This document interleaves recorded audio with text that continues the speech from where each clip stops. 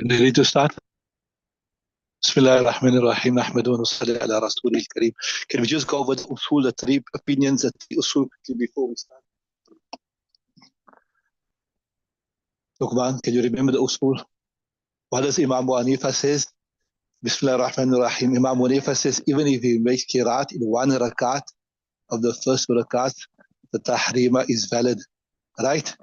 Yes, because he says, mujtahid fi masla. Imam Hassan al-Basri says, in two rakats you make one qiraat in one rakat is good enough, remember? Then what Imam Yusuf says, Imam Yusuf said, even if he doesn't make any qiraat, it's still valid, remember? Right? So if he doesn't make qiraat in both the first two rakats, it's still valid. What does Imam Muhammad rahimahullah ta'ala says? Imam Muhammad rahimahullah ta'ala says that you have to make qiraat in both the first two rakats for the tahrima to be valid for the third and the fourth rakat. Have you got it right? Check it up. Check it up. This is right. Imam Hanifa says if you make qiraat in one rakat, then the tahrima is valid for the second and the third, for the third and the fourth rakat. Right? Imam Muhammad says that if he has to make qiraat in both the first two rakats for the third and fourth rakat to start it. No, it is. Yeah, Imam Muhammad says to make in both. Imam Yusuf says even if he doesn't make in both, check it again. Imam Hanifa says one is fine, right?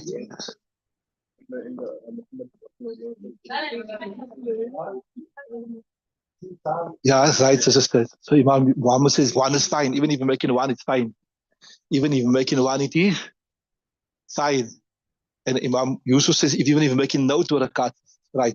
Okay, let's continue from where we stopped then.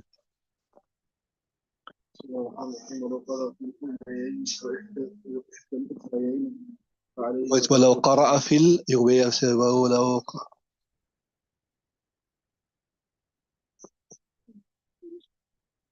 What must we do today? Okay, I got it. Bismillah.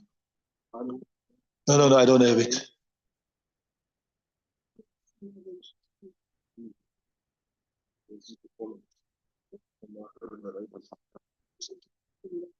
ولو قرأ في الأوليين أو إحدى الأخرين. Right.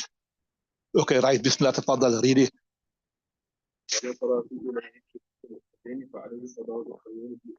Right, that's simple. Okay, Bismillah ar-Rahman. So here the scenario is this here.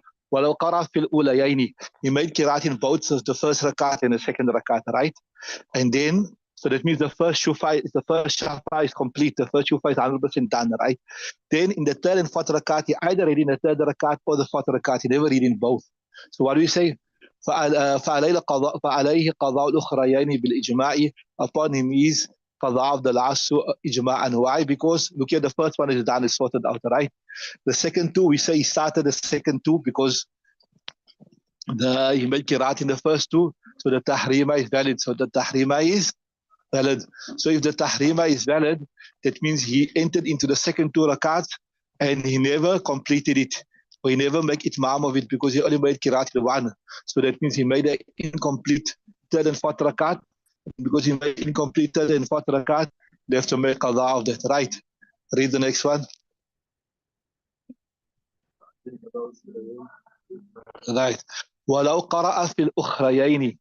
He read in both the third and the fourth rakat, right? وإحدى الأوليين. And he read in one rakat of the first, either the first rakat or the second rakat. فعليه قضاء الأوليين بالإجماع.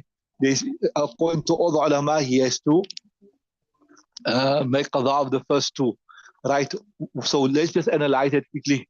See here, according to Imam Hanifa, you'll have to make qada of the first two. Why? Because the tahrima is valid, right? The tahrima is valid. Why? Because he did read in one rakat, right? According to Imam Muhammad, you have to make qiraat in both two rakats. They only made qiraat in one, and obviously the tahrima is also valid, right? The tahrima is valid for that. It's valid for the first two rakats, not valid. Okay, so maybe that's a wrong expression. We won't say the tahrima is valid, but he started the first rakat and the second rakat, so فَلَزِمَ النَّفْلُ بِشُرُوعِهِ, right? And then according to Imam Yusuf, well, according to him, the tahrima doesn't become invalid, so it's fine, right? Okay, read the next one.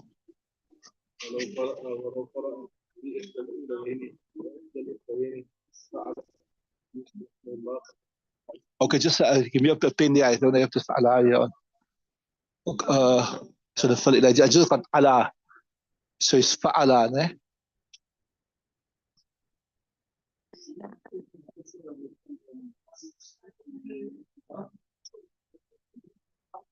Okay, so what's it saying?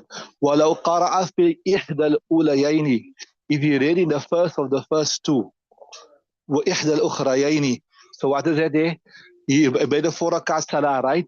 So in the first rakat, he made any one of the first two, whether it's the first rakat or the second rakat, he made surah and he made a qira'at, right? And then in the second shaf'ah, that is the third rakat or the fourth rakat, one of the two he made qira'at, right? So you got a scenario. Remember, when understanding a masla, the first part of understanding a masla is to understand the scenario. Once you understand the scenario, then you half your battle is won already. Now you can unravel the masla, right? So وَلَوْ قَرَأَ فِي إِحْدَى الْأُولَيَيْنِ, if he recited in the first of the first two rakats, right? Oh, sorry, one of the two rakats, وَإِحْدَى الْأُخْرَيَيْنِ, or one of the second two rakats, then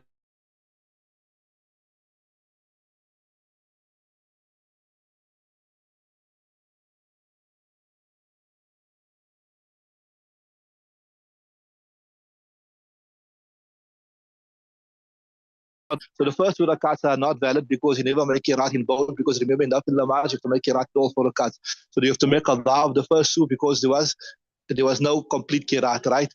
And because the tahrima is valid for the third and the fourth one, and he started it and he never completed it, so you have to make qadha of the third and fourth as well, right? That's his reasoning, right? So فَعَلَىٰ قَوْلِ أَبِي يُوسُفَ قَضَاءُ الْأَرْبَعِ, وَكَذَا in the Abi Hanifata. And also according to Imam Hanifa, you also have to make qadha of all 4. Pretty simple also. Why? Because look here, even though Imam Hanifa says that the first 2 rakats are not valid, because why you have to make qiraat in both the first 2 rakats. But remember, he said because there's ikhtilaf with regards to the compulsion, the wujub of qiraat in both rakats. Right?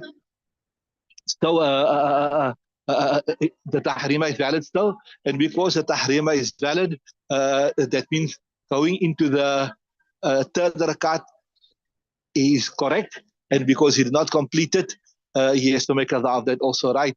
So وكذا عند أبي حنيفة لأن التحريم باقية وعند محمد right وعند محمد قضاء يقول قضاء أو قضاؤه وعند محمد عليه قضاء الأوليين. According to Imam Muhammad, he only has to make qada of the first two. Pretty simple. Why? Because remember, Imam Muhammad said that if you don't make qiraat in the first 2 rakats, both, you don't make qiraat in both, then that 2 rakats is not valid. And when the 2 rakats is not valid, that means the tahrima is not valid for the third rakat and fourth rakat. So even though he started, he read the third rakat and he read the fourth rakat, but he never made qiraat in both of them. He made qiraat in one. It is not complete. So so lazima naflu bishuru'ihi, as though he started in the third rakat and he started the fourth rakat, but he never made إتمام of the qiraat, so you have to make qadha of it, right? So there you say, that's why you say لأن التحريم قد ارتفعت عنده, because the tahrima has been abrogated by the non-completion of the first rakat and the second rakat, right? Can you read from the Yusuf?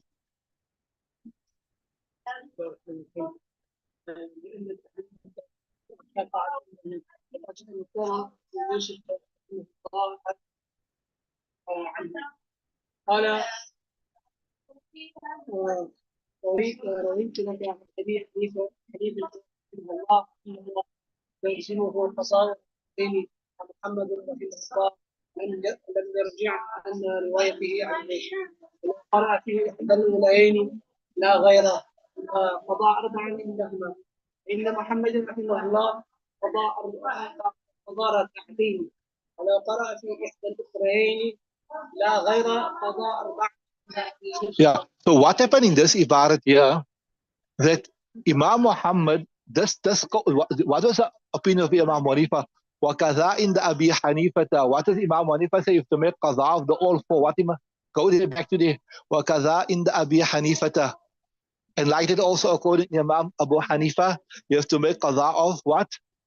Of all four. Right, are you with me? So what happened here?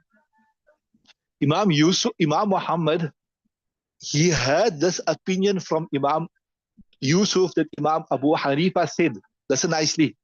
Imam Muhammad claims that he heard Imam Yusuf saying that Imam Abu Hanifa says that you have, in this scenario, what was the scenario here? The scenario was he read in the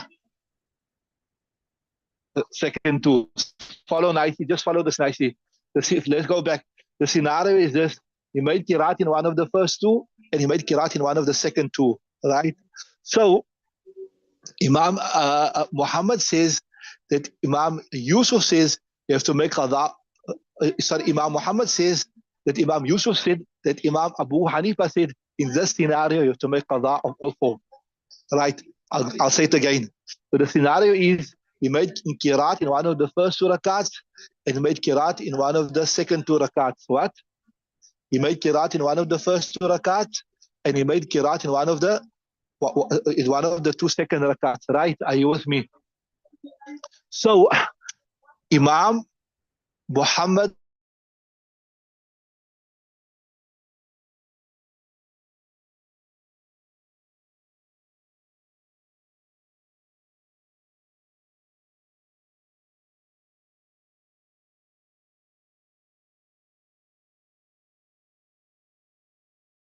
said that you must make qadha of all four. Are you with me?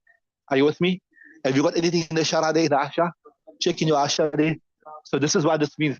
وقد أنكر أبو يوسف هذه الرواية عنه.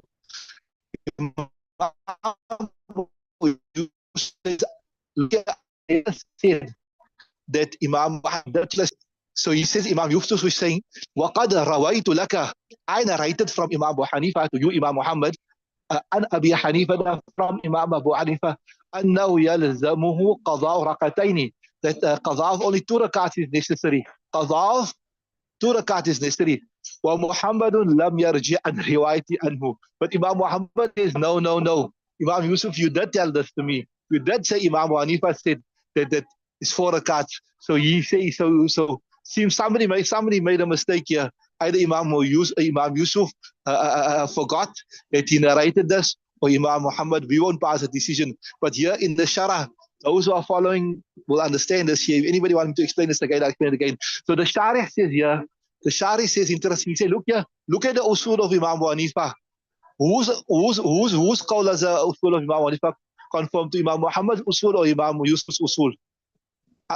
Sorry, look at the I explained it wrong. Sorry. Look at the usul of Imam Hanifa. The usul of Imam Hanifa conform with whose opinion? With Imam Muhammad's opinion, Imam Yusuf's opinion. Whose opinion is it conforming with? It's bearing out Imam Muhammad, because what was Imam Muhammad's usul? That if you read in the first rakat, in the shufa one, and you read in the second shufa, you have to make qadha of all four. And the reason I gave you the rationale, the reason why is because obviously you have to make qadha of two, because it is no imam, you left out kirat.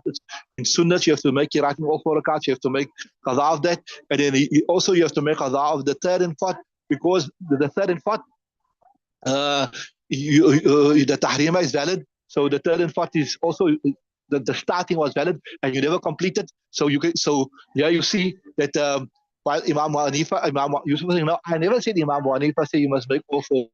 And Imam Muhammad is saying, no, you did tell me. ولم يرجع ومحمد لم يرجع عن روايتي عنه. You never make ruju, you never recanter. So you see, the Shari is saying, I'm not going to tell you who's right or wrong, but look whose usul does it conform with. The usul of Imam Hanifa is bearing out Imam Muhammad. Are you with me? Are you following? You understood that, Yusuf? I wonder if the online people understood that. But anyway, you guys understood it. Read the next ibarah now.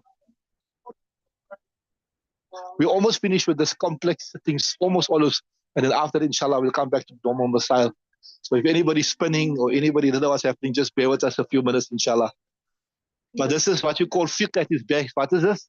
This is fiqh at its best, Hanafi fiqh. This is Hanafi fiqh at its prime, at its best application of usul.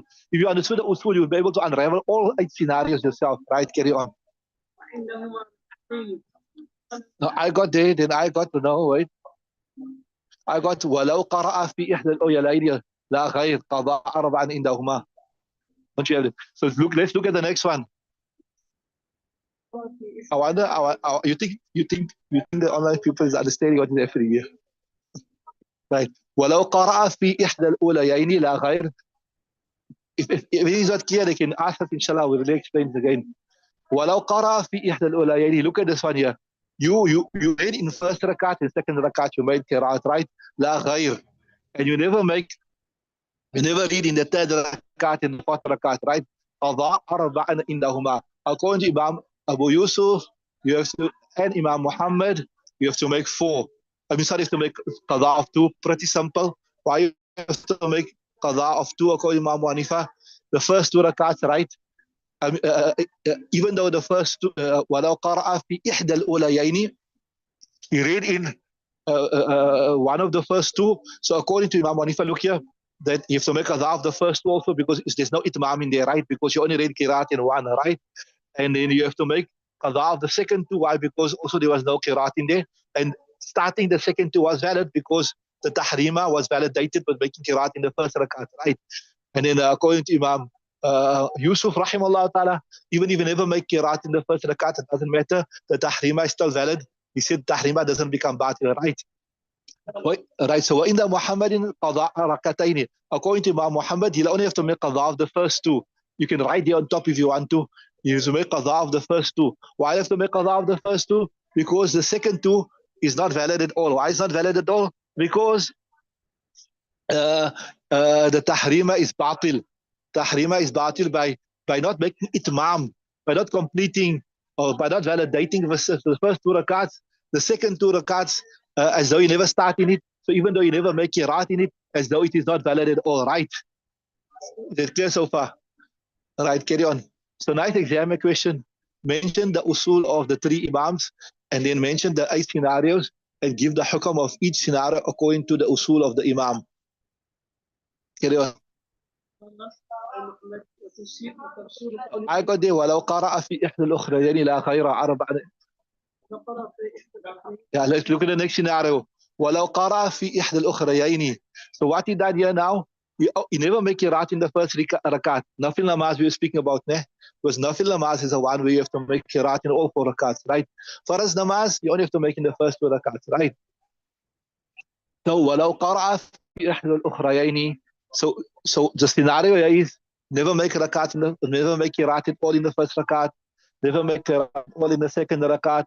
Made qiraat in either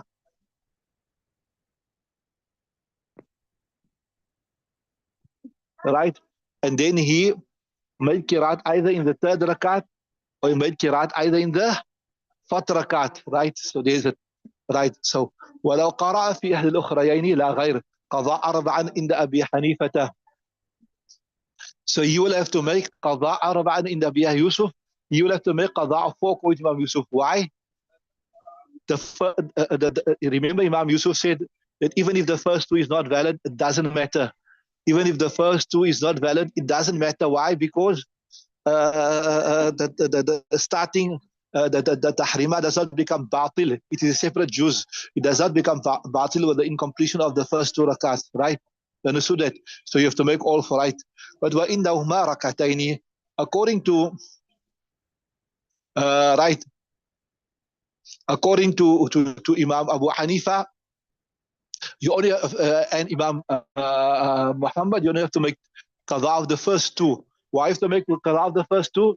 Because obviously the tahrima for the first 2 is valid, and you never make itmam, you never complete it, so you have to complete it. And you don't have to make qada of the second 2. Why don't you have to make qada of the second 2? Because the second 2,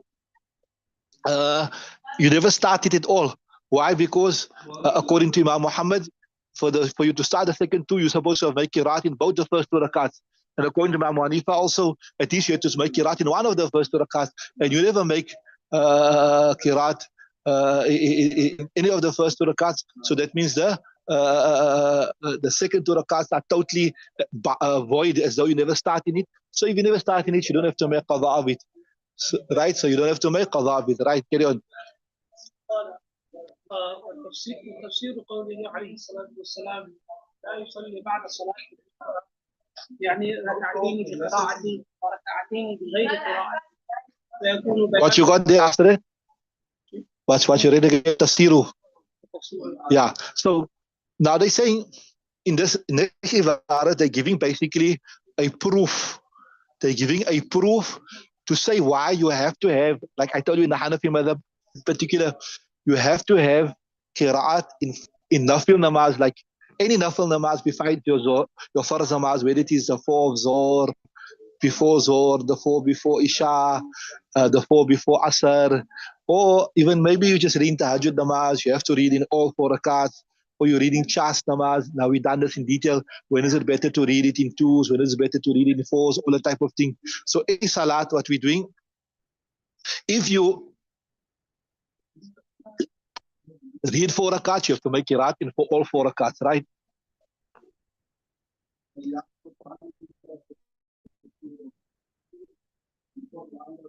Right. Alhamdulillah, 2 people responded and said they understood it. Alhamdulillah. Right. So, what's our proof to say that you have to make nafil in all 4? I mean, you have to make qiraat in all 4 rakats of a nafil namaz. What tafsiru qawli salam? There's a statement of Nabi sallallahu alaihi wasallam which says, لا يصلى بعد صلاة مثلها يعني ركعتين بقراءة وركعتين بغير قراءة. That Nabi sallallahu alaihi wasallam said, لا يصلى بعد صلاة مثلها. You will not read any salat, that right, لا يصلى بعد صلاة مثلها. When you read a salah and after salah there's another 2 like it, right? That's what he's saying. لا يصلى بعد, it will not be read after a salat. مثلها is likeness. That means you're reading 2 rakats like a 2 rakats it was before it. You understand what I'm saying? You understood that, right? And that is in a nafil namaz. You read 2 rakats and then you read 2 rakats after that. You understood that? So لا يصلى بعد صلاة مثلها يعني ركعتين بقراءة وركعتين بغير قراءة. You cannot read it, the 2 with qiraat and the other 2 without the qiraat. So that means you have to have qiraat in both. You understood? Right? بقراءة وركعتين بغير قراءة. فيكون, so this hadith in essence, فيكون بيان فرضية القراءة في ركعات النفل كلها. This hadith in essence is a explanation of the compulsion of qiraat in raka'at nafli kulla, in all the rakats of nafl. Because what Nabi sallallahu alaihi wasallam said, la yusalla ba'da salatin, you will not read after that salat, which salat, right, ba'da salatin miswa, you not. So misluha is the 9th file, a likeness for 2 rakats. So misluha is the file, will not be read, right? يعني except that يعني ركعتين بقراءة وركعتين بغير قراءة. So in 2 rakats is like another 2 rakats. It, like how the first 2 rakats has its qiraat, this must also have its qiraat. It must also have its qiraat. You understood that?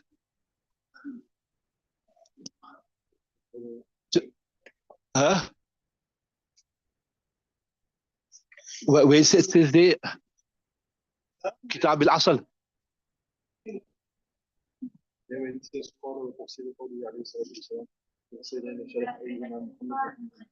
Right. You need in every right. Yeah, because Imam Muhammad said that also Imam Hanif also said you need to make a qiraat in all 4 rakats. But Imam Muhammad said that if you don't make a complete qiraat in the first 2 rakats, and tahrima becomes batil. So yeah, you're right. That so it's a proof for him to say that if you don't make a rakat in both first the 2 rakats, then the tahrima becomes batil, and hence if the first 2 rakats are not valid, then entering the 3rd rakat and the 4th rakat will not be valid, right? So even if you started it, it does not become wajib for you. So yeah, in that sense, it is more specific. Well, it is a proof. It is a proof to say you have to have qiraat in 4 rakats of a nafil namaz, and also it's a proof, in particular for Imam Muhammad, to say that if you cannot read 2 rakats after another 2 rakats unless that 2 rakats has got qiraat in it, right?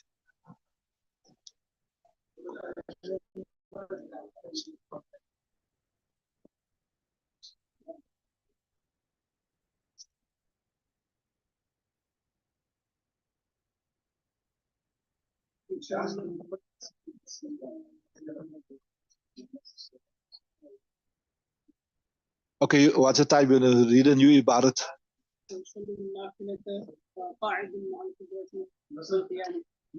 Okay, so there's an interesting masala that you are allowed to read nafil namaz sitting even. So normally qiyam is a rukn of salat. What? Qiyam is a rukn of salat.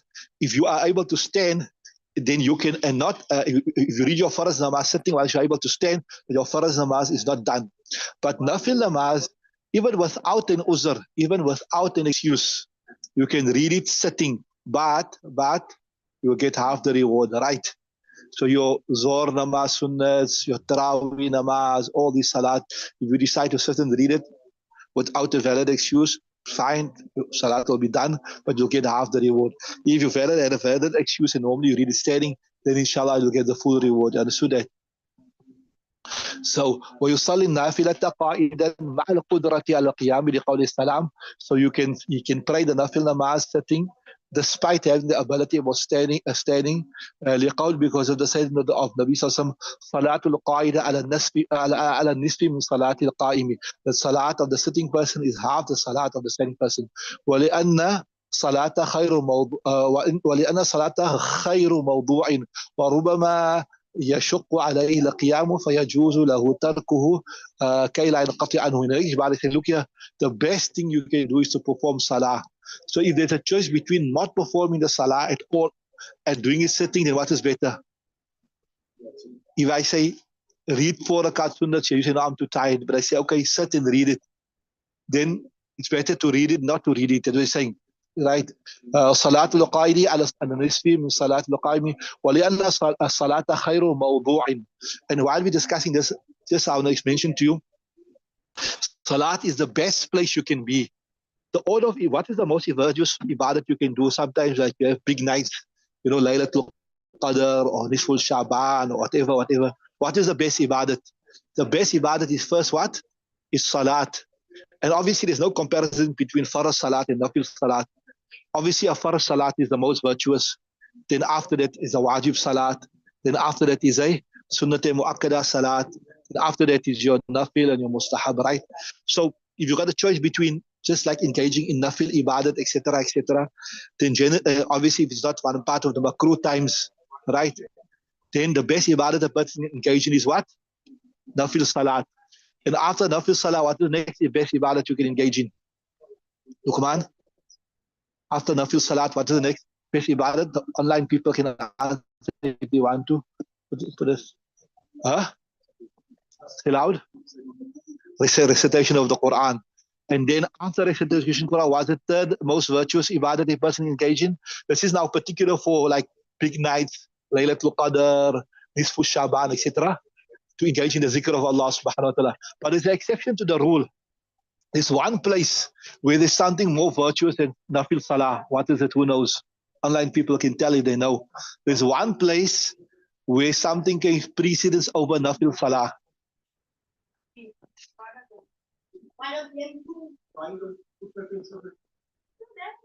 And before I give you the clue, I want to see if any online people know that there's one place where an ibadah takes precedence over nafil salah.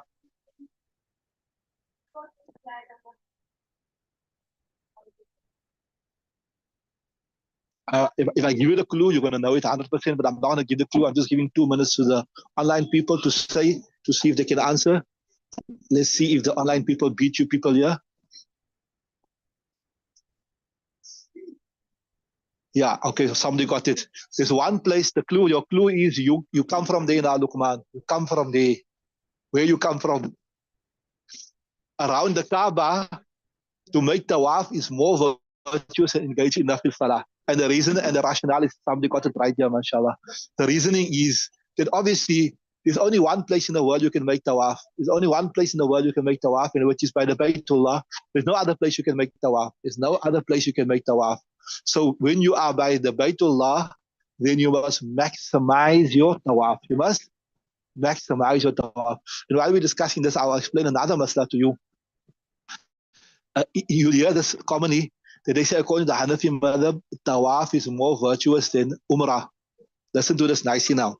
So look, does this mean that if one person makes a tawaf of the Bayt, and one person goes all the way to Masjid Aisha and comes back and makes a complete umrah, does that mean that that person's tawaf is more virtuous?